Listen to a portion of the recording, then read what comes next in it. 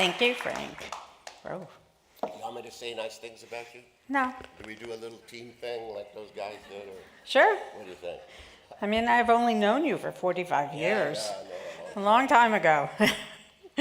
And we haven't always agreed.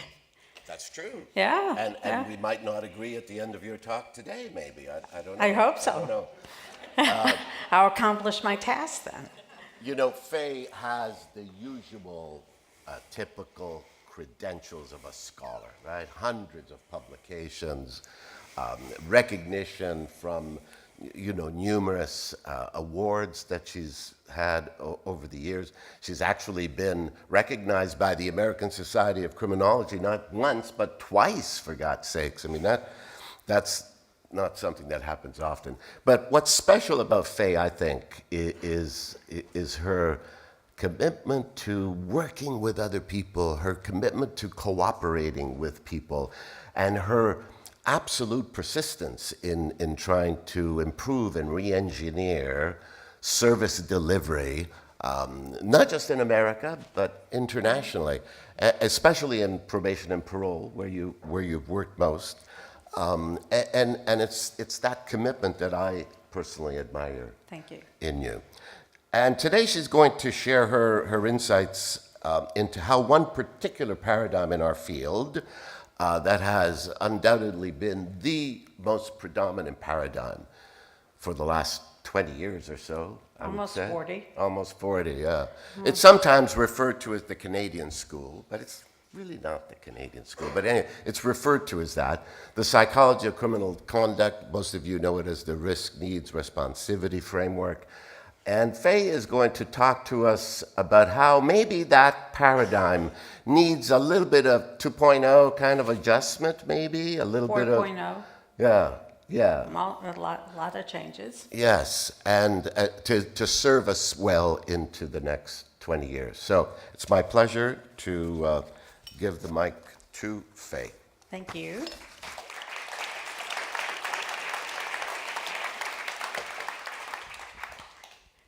All right, let me check out this technology, see if it works. Oh, it does. Okay. Good morning, everyone.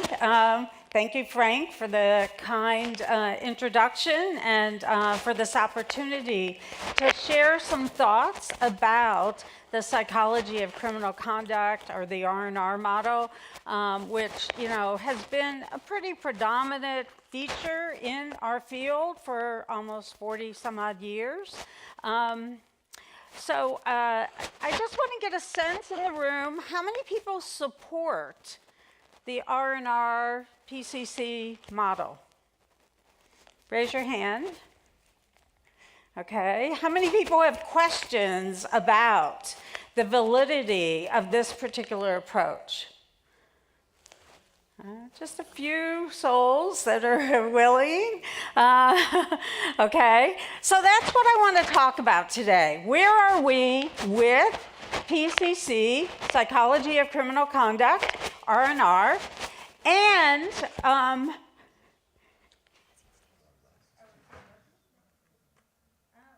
I take it off? Okay, all right. Now I have to be double-fisted here. Okay. Where are we in our understanding of PCC and risk-needs-responsivity? And, you know, what do we need to do to make it hit home better what the needs are in the correctional field? And I'm talking about institutional and community corrections. I apologize for some of the PRISM researchers here that I tend to do more of the work in community corrections, because my perspective is if we could get community corrections right, then we wouldn't need prisons as much as we do. So that's kind of some of the examples that I will use today. But, you know, I'm sure many of you could fill in examples from the prison community, it's prison research yourself. Okay, so let's begin with what is PCC R&R. Let's begin also with understanding that in 1990, when Don Andrews and a whole host of about 10 other authors published an article in Criminology, which is a a journal out of the American Society of Criminology, his efforts were really to reinvent the thinking that rehabilitation was meaningful. That was particularly important because in the United States, where I'm from, we've had almost 30 years of disbelief in rehabilitation. And in fact, you couldn't really say the word rehabilitation. People had to say treatment. But PCC came about from this notion that there was a means by which we could help people reduce their offending behavior and become better citizens.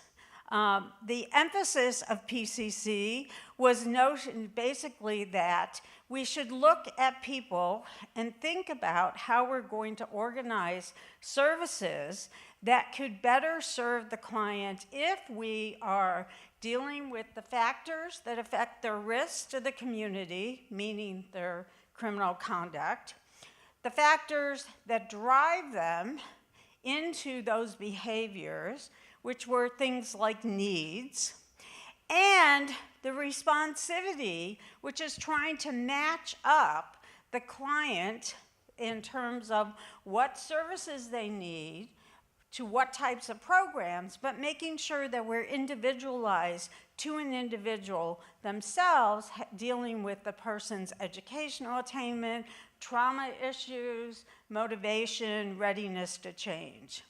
So conceptually, it's a kind of tight model. You know, it deals with the individual, it deals with the program area, and then it also deals with some of the systems issue. Those are the practical pieces, and that's kind of what makes it theoretically sound. But there's a lot of impracticalities built in to that framework. And these impracticalities, I will contest, that are really what interfere with PCC being as effective as it could be. And they also interfere with our ability as a discipline to really help people desist, change their lives, become more productive citizens. And those practicalities are that the staff who work in correctional agencies, community or institutional, tend not to be clinically oriented. Unfortunately, in most jurisdictions around the world, sometimes only a high school education is needed for people to work in the systems. So therefore, people are not trained in how to work with people.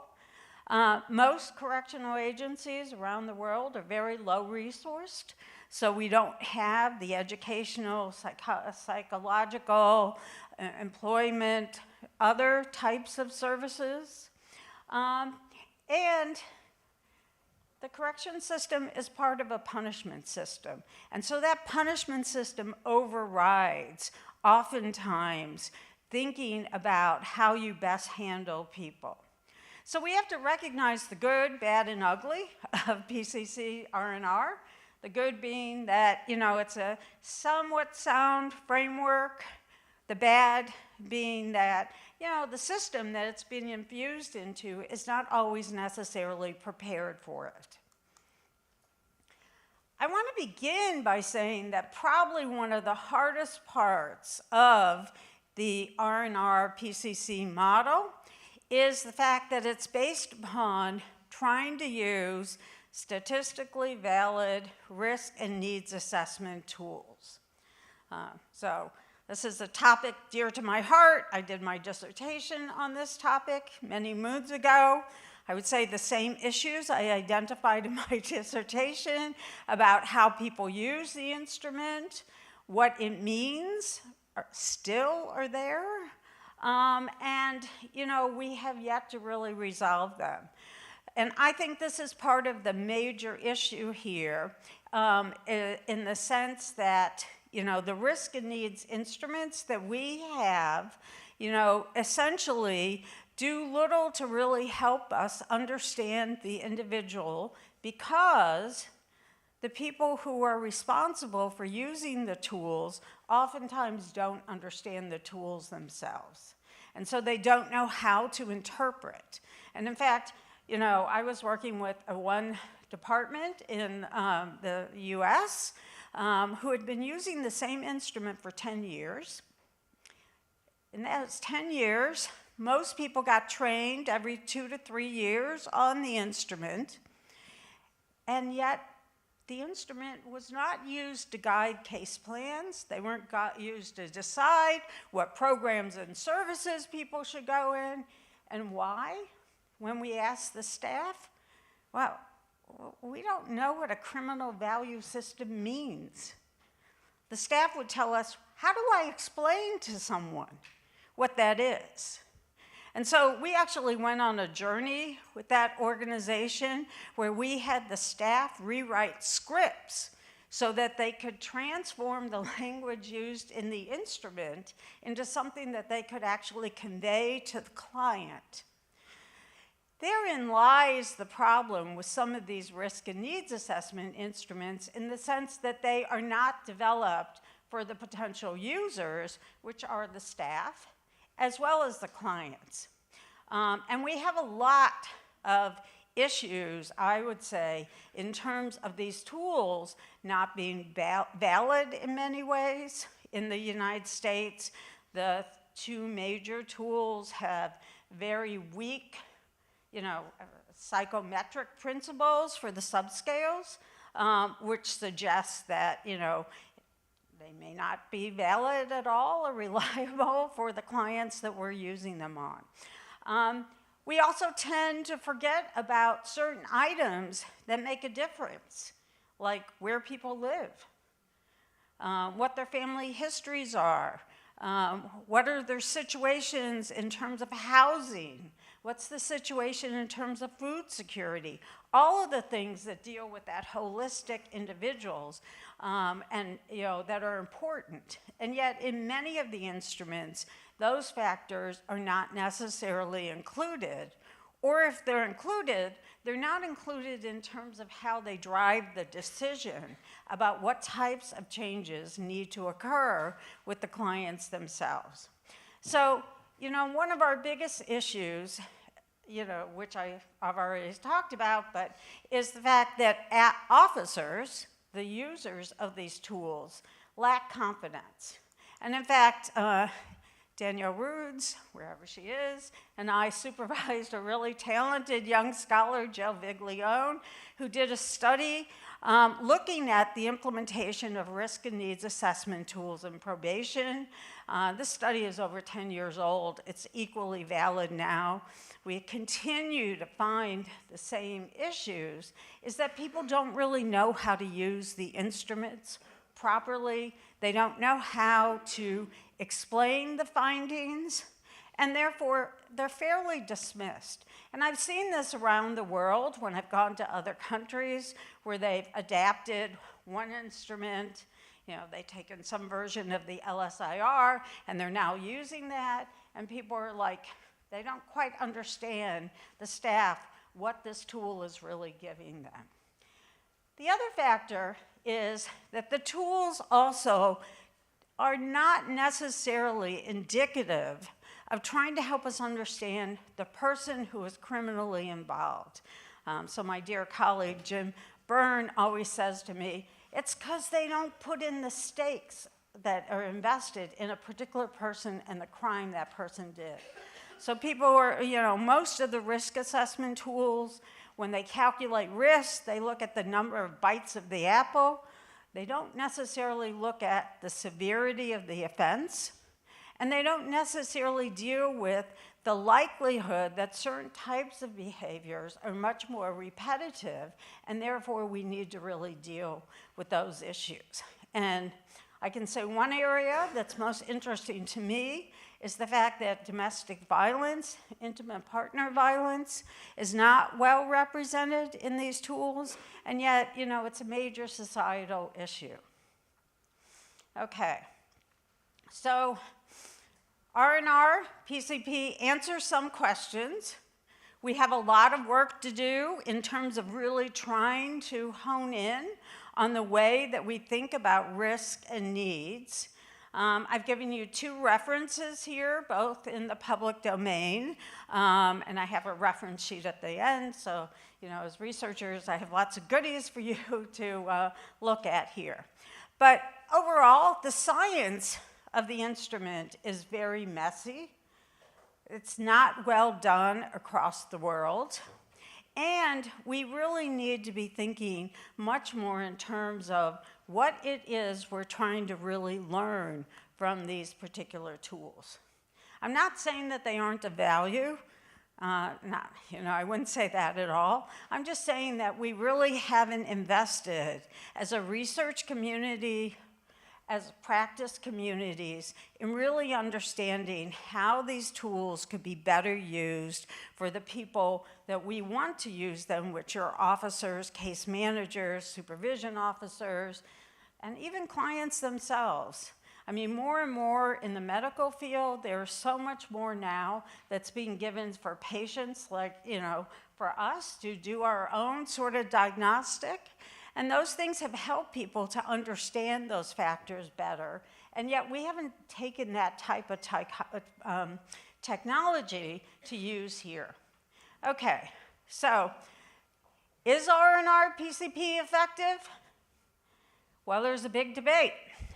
Recently, Seema Fazell and colleagues did a big meta-analysis of 26 studies, and they basically came to the conclusion that few studies fully test the PCP R&R model, right? They essentially, they found 26 meta-analysis, which is a fairly decent amount in our field. As I've just stated, the risk principle seemed to have the greatest amount of support. The need principle varied considerably. There were few tests of responsivity. The general responsivity principle of using CBT, cognitive behavioral therapy, social learning, seemed to be okay, but there were infrequent amount of tests of that. So when you ask the question, does the use of this model reduce recidivism or improve outcomes? Essentially, the answer is we don't know, because we haven't done full enough research of this particular framework. Even though theoretically it makes sense, we need to really have much more empirical research done of the model itself. So to address this challenge, I want us to really think about 3 areas that need attention. And for those of you who are researchers, I challenge you to really think about how you in your own studies or projects could actually address some of these challenges. Because if we want to have a field that's well respected, that people trust the findings of our particular studies, we really need to address those kind of, nuggets that tend to get in the way of us being able to really put in place good, solid systems, and also to be able to have confidence that those systems will generate the desistance or the reductions in recidivism, improvements in quality of life that we'd like to see. So the first challenge is staffing and staff understanding the principles of R&R. The second challenge is to have in place enough practice frameworks that people could actually use them and know how to use them. And the third challenge is for us to really modernize the picture of what R&R PCP is to accommodate the things that in the last 40 years have been those bumps in the road. So as scientists, I want to offer that there is a different framework for the research that we should be doing. And I'm going to offer this as it's called implementation science. It comes out of the medical field. It's designed around how to increase utilization of research and practice. I'm offering you 2 articles that we've recently published. one in criminology and public policy, and the other in health and justice, that basically demonstrate what is implementation science, and it also provides some guidance on how to think about it. But what's nice about implementation science is that it looks at the interaction of the organization and this ecosystem, including the clients that are being served by it. Oops, sorry. Okay, so implementation science basically looks at the questions about the inner setting, which has to do with correctional agencies, what they're doing, how they do their business, what their leaders think, what the staff think. The outer setting, which has to do with all the stakeholders, nonprofit organizations, other organizations that are vested in the topic itself. The process of change, which is how do organizations evolve? How do they improve their operations? And then in the middle is the innovation, whatever it is we're trying to do, whether it's family therapy, cognitive behavioral therapy, risk and needs assessment tools. But what implementation science does is it's really an extension of process evaluations in the sense that we're interested much more in what are the factors that affect how something is being implemented and what happens as part of that implementation. It's, like I said, it's evolving. It provides a different way of asking research questions. I know research can take long periods of time, 5, 6 years to get findings. Most implementation science work, you can turn it around in about 18 months, which for operational agencies is much more conducive to utilization. Okay, so now back to my challenges. Staffing. So I've already alluded to one of the biggest issues in R&R or PCP has to do with the staff and the fact that the staff are not attuned to really understanding the risk principle, the needs principle, responsivity principle, or the collective of R&R. I'm being general here in terms of my comment, but really the notion is the staff know the clients and what are some of the troubles that get in the way for people making progress either when they're incarcerated or in the community. And those troubles are not as part of that particular framework at all. So, you know, we really need to be thinking much more about how we elevate the staff to become experts in these tools or framework and what we need to do. And part of the issue is we tend to do training to tell people what they need to do instead of focusing attention on why they need to do something or how to do it. And so our real framework in terms of staff has to be changed from training much more to more of a staff enlargement or staff development approach. We need to be thinking about how we can empower staff and organizations to be the best that they can.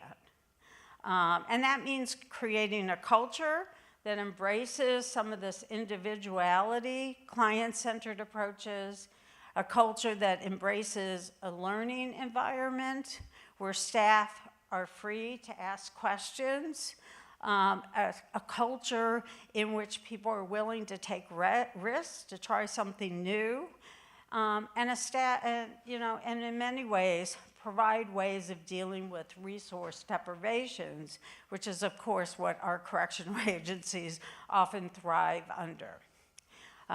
So, you know, how we implement has a big deal to how we work with the staff to really be able to use some of these principles, but also to be able to improve the risk instruments, the needs assessment instruments, responsivities, and I haven't talked much about programming, but we'll get there. We do know from the research literature that there are different ways that we can make great advancements in helping staff to better utilize the tools that can be more successful in helping clients achieve better outcomes. Now, I won't have time today to go into all of these different approaches, but I wanted to raise that attention because in the field, we tend not to think about how we're really going to be orchestrating change. We tend to really think about more of a top-down approach. Someone embraces an idea, that idea is then used. The staff are told, this is what we're going to be doing now. Here's our new instrument, here's a new program, here's a new service, without really helping to integrate that within the environment. But there are these tools, they're called everything from quality improvement processes, which are, typically are based on learning operations, where people work together, they look at the data, they make improvements themselves. So it allows for something like a co-production process where researchers partner with the staff and they partner with the leaders of an organization to produce different types of outcomes. That's one style. There are data-driven decision-making. In the US, we love data-driven decision-making. Everyone says, oh, we have data, we're gonna use the data. But here, the focus of the data should not be on what's the recidivism rate. The focus of the data should actually be on more so how many people are recommended for a particular program or service, how many people show up, how many people stay longer than a day or two. Retention becomes a question about the quality of the program and system and not a fault of the client. And so we need to change our mindset about what data-driven decision-making is, but it offers a way for us to frame ourselves to think more about the process and about how the systems are working together. There is something called organizational accountability, particularly procedural justice, that is well known in our field. Here, the emphasis is on, is the process fair and just? Not is the process the punishment, but do we really have fair and just procedures that allow people to participate, but also allow us to see whether or not the organization is respecting the principles in and of themselves. And then there are other key factors like bringing in outsiders to do facilitation.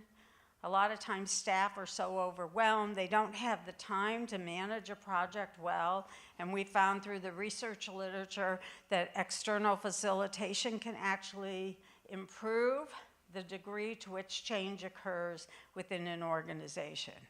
And finally, relationships are key here in the sense that we have to value the relationships that staff have within themselves, but also within the leaders of those organizations. So there are tools to help us deal with some of the staffing challenges. Most of these tools are around the question of empowerment and about co-production, making sure that the process isn't just a research study, it's not just a leadership initiative, but it's really something that you galvanize the organization itself to embrace. Okay, so that's the first challenge.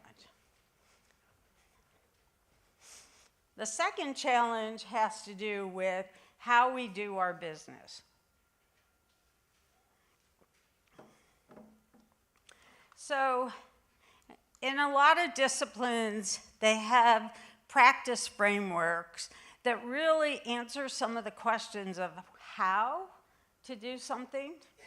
They're a bit different than what you often see in standard operating procedures, because the explanation here isn't just, here's the steps of what you need to do. It's really, here's why you need to do this. And so in our discipline, we don't have as many practice frameworks that really help guide the staff in terms of, or the leaders of the agencies, in terms of dealing with some of those barriers to implementation.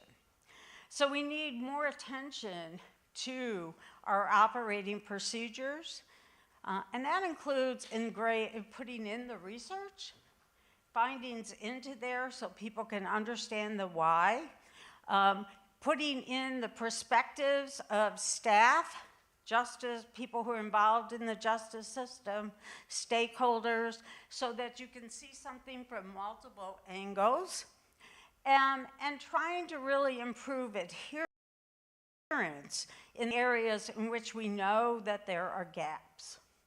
So my team basically did some surveys a couple years ago to look at how much confidence did probation officers have in supporting the research? And then what do people who are in the field, those justice-involved folks, feel about the research findings? So we've color-coded this. We've kind of identified, about 20 different practices that are common in the United States in community corrections agencies.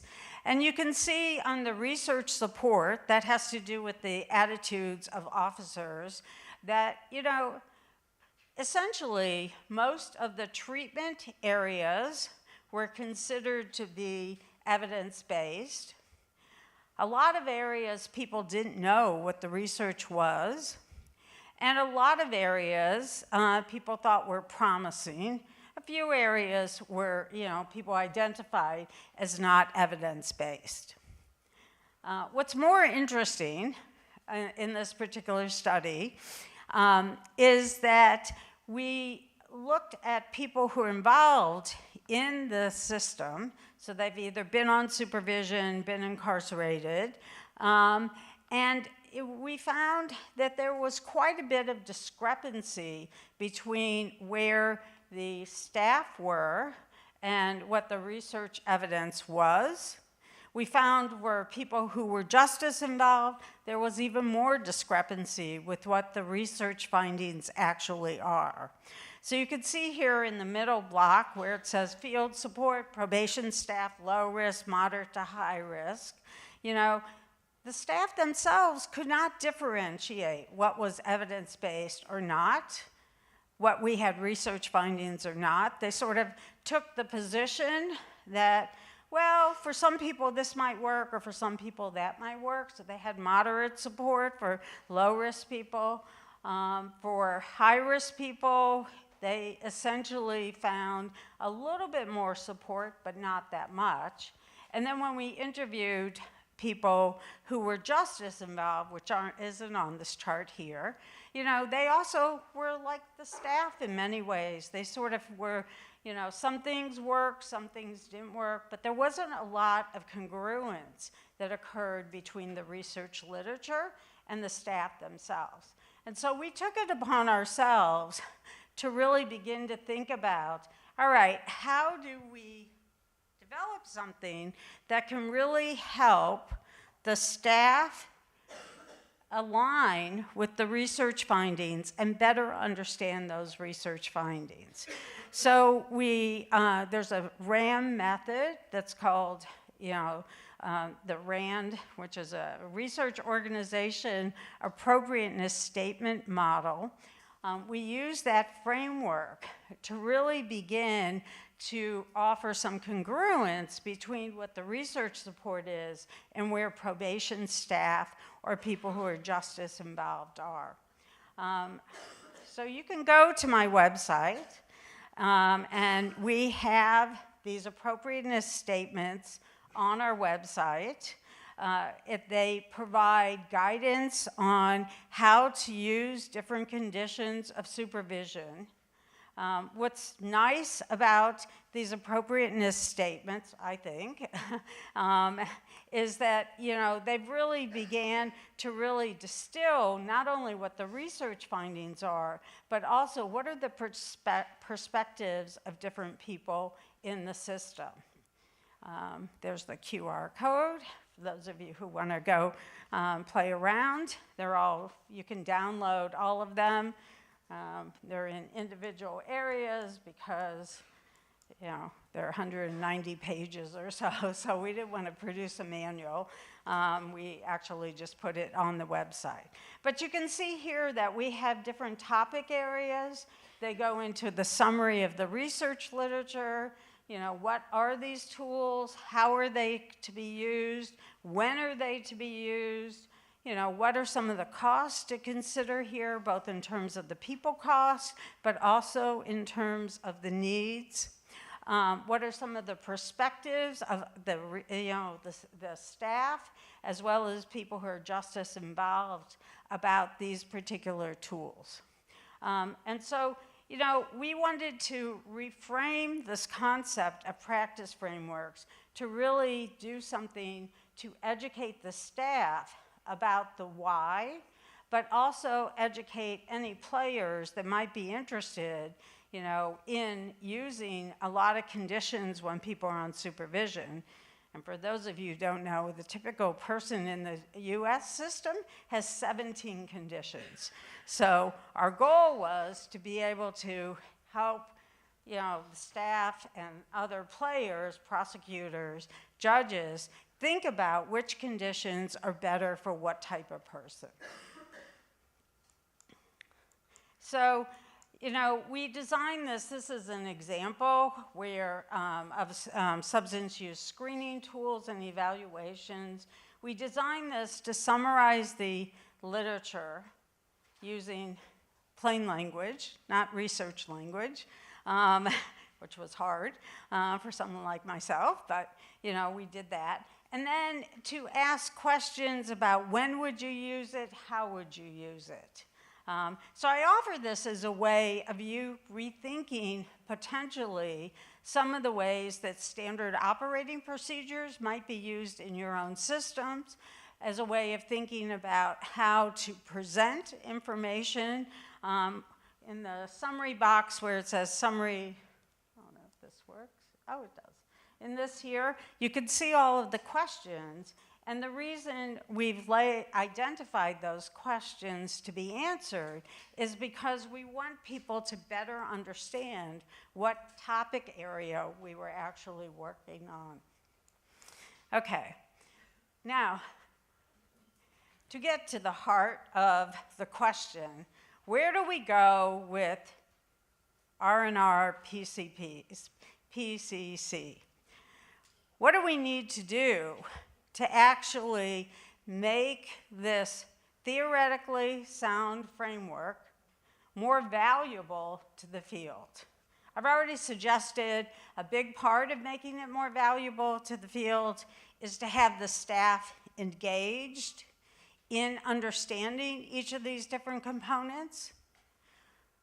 I've also suggested that we need to be rethinking staff development issues, practice frameworks, and so people actually have at their fingertips the type of information that will be useful to them in their daily work. But there are other things we need to be really thinking about. First, fidelity. So fidelity in here refers to what degree is what we are doing, consistent with what the theory is or the practice should be. And this is a big part of implementation science, is really looking at fidelity. So in the medical science, there's actually a pretty famous study that's about 20 years old, hasn't been redone yet, where they say it takes about 17 years for a new idea to show up in practice, but when it shows up in practice, only 20% of what the research findings are actually done. Now, I think in our field in criminology, it takes us slightly less time, but our fidelity is very low. Like I said, I did my dissertation 45 years ago on risk and needs assessment tools, and some of the issues that we talked about, then are still relevant today. In this particular study that I'm showing here, you can see there's a big discrepancy between what the scores are. The instrument this system used was the LSIR. There's a huge discrepancy between what the scores are and what's in the case plan. And this is a typical problem that I've seen pretty much in most jurisdictions across the world that I've gone to, where you have an issue identified, but it's not really put in place in terms of what the expectations are for the clients. So fidelity is a really important science concept. It's something that oftentimes is more useful for agencies than for researchers like myself. It's harder to publish on fidelity sort of issues. But it's really a critical component if we want to get past the goal of really trying to put in place the frameworks that have meaning to it. So I offer you the opportunity to really think about how much adherence is your system doing to the core concepts involved in R&R or in PCC. The next issue, which I haven't really spent a lot of time on, which is, of course, the general responsivity and specific responsivity components of the model of R&R PCC, is that you offer programs and services that meet the needs of clients. So this is a huge issue in the US. Unfortunately, most of our prison systems do not have that many programs and services.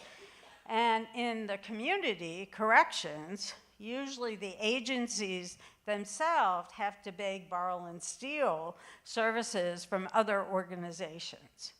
So we developed a toolkit that allows people to look at their system and match up to what degree do the needs of the clients have to what the programs are that's being offered in that particular system, right? And so we've done this in over 400 locations, prisons, community corrections, some treatment programs, and this finding here, which is showing the discrepancy in blue between what the capacity of the programs, which is in the gold color, you could basically see that in this particular system, for this group of offenders, they don't really offer enough that really meets the needs of the clients. And we've done this in prison systems in which, people will be saying, well, they're doing cognitive behavioral therapy. But when you look at the components of the programs, they're really much more didactic sessions that don't necessarily deal with the needs of clients themselves. So we have a little toolkit that I'll share with you in a little bit that you can go on our website and play around with. Enter your own system information. It'll generate these charts for you that tells you where you need to put in place services. We did this particular one in New York City. And, it actually, the agency were really pleased, used it to modify how they were delivering services and what services they were able to offer to people who were coming out of the Rikers Island jail. Probably the biggest gap, I think, in the R&R framework is our failure to really recognize the social determinants of health that really affect people. I mean, all of us, regardless of where you are in life, you know, we need support systems. We need ways of being productive. We need a community. We need to be healthy, whether it's physical or mental health or both. And so our tools do not really focus on the social determinants of health at all. And to me, this is probably the largest area where we need to revise our risk and needs assessment tools and our programs and services. Mainly because in doing so, we can focus much more on strengths than deficits. I mean, the R&R model, unfortunately, is very deficit-focused. Here, we want to help people develop agency to really feel that they can be productive members of the community. And I think if we really kind of took a turn and focused ourselves on R&R that included the social determinants of health, we'd kind of have, it wouldn't be risk, needs, responsivity. It would be responsivity, needs, risk, because we would focus our attention much more so on the individual, you know, the trauma issues, the literacy issues, some of the motivation issues. We'd focus on what those needs are, and then we'd pay attention to some of the potential risk factors. But this means that we need a different way of really thinking about how we look at people, how we think about people's progress, and their opportunities for change.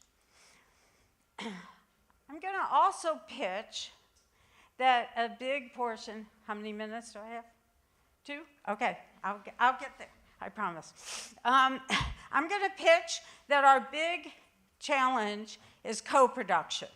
And that means us as researchers should really be focusing our attention on the people involved in our systems.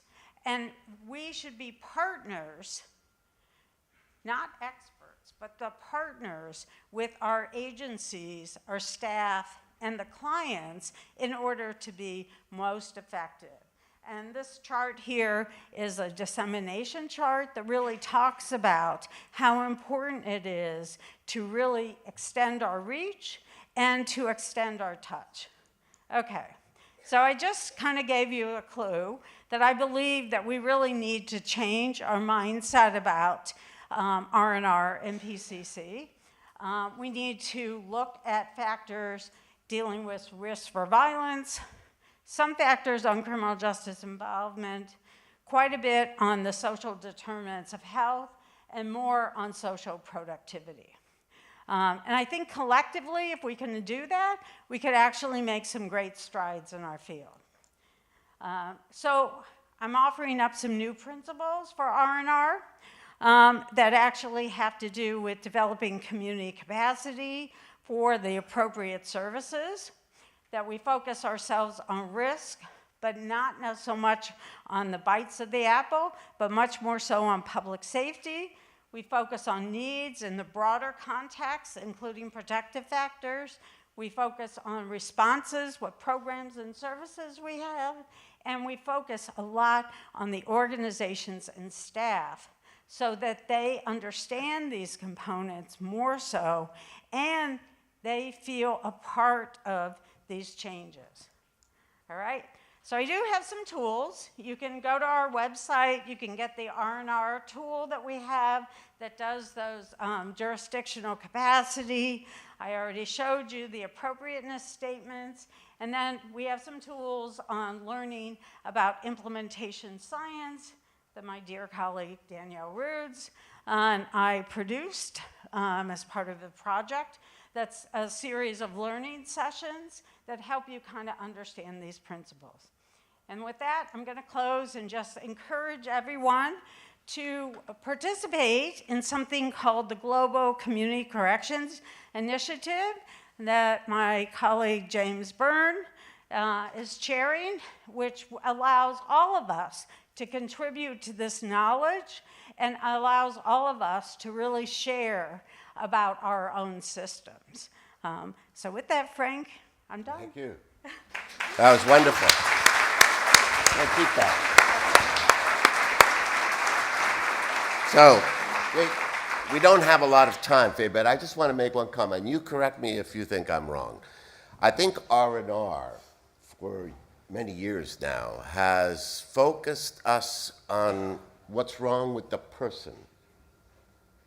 Whereas what you're saying is maybe we should focus on what's wrong with the way we work with the person. Yes.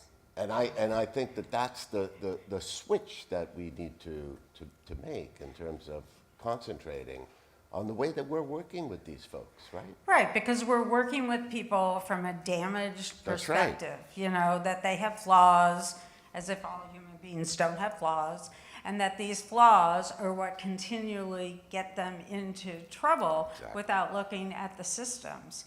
But even more so, my sense is that the people who do this hard work on the front lines, correctional officers, probation officers, treatment providers, we don't value them enough. And so because we don't value them enough, it's hard for them to get to that other place. Yeah, absolutely. We don't value them enough. We don't help them enough. We don't pay attention to how hard And we that don't works. pay them enough. And we don't pay them enough. Yeah. I think we may have, because I hate to not have the audience involved in one question, maybe time for one question. Anybody? I can't see. I can't see either because the I lights know are in these my lights are disastrous. Can we see if anybody has their hands up to ask one question of Faye? Come on, guys. I said be kind, get involved, and now you're disappointing me. Okay, question. Thank you for that. My question is, I was intrigued, well, firstly I have to say before I get my question, I was intrigued by the way you led with the theoretical sensibility and application of R&R from 40 plus years ago. Then I feel like you went on to stitch apart all the ways in which there are challenges with implementation and then to reframe it for us. In one or 2 points, what would you say is the enduring value of sticking with PCC and R&R? Not throwing it out, but continuing on to reframe and rework. Good question. That's a great question. So, I sort of feel like where R&R is now, we're emerging on a fourth generation. I think the value, if we look at the larger political framework, is that people, in my view, people here are legislators, the policymakers, governors. I won't add in my President of the United States. I'm not sure where he falls on these things, but We don't care. We don't care. But I think they understand the concept of risk needs and maybe not responsivity, and they respond well to it because it fits the framework that we're talking about people who are risky in our society. Right. I think that's the value of keeping it. I think the greater value, though, is in empowering the people who work in the system to have that same confidence. Because by doing that, they'll have confidence more so in the work that they do. And I think that's probably the largest challenge. I mean, I have to say, a couple of years ago, I was invited to do a seminar on implementation science in Singapore. And I was so impressed with there were mostly mid-level managers in this room, but I was so impressed with their willingness to think about what the research literature was and put that in place. I don't see that often, the same depth, and so I think the system that Singapore has put in place is really part of that learning community that really can empower people to do a different type of job. It's very true about Singapore, but it's happening here in Ireland too, I think. Okay. Unfortunately, I don't know enough about Ireland. It is. Listen, Faye, thank you so much for kicking us off this way. I think you really stimulated some thinking. So once again, a hand for. That's your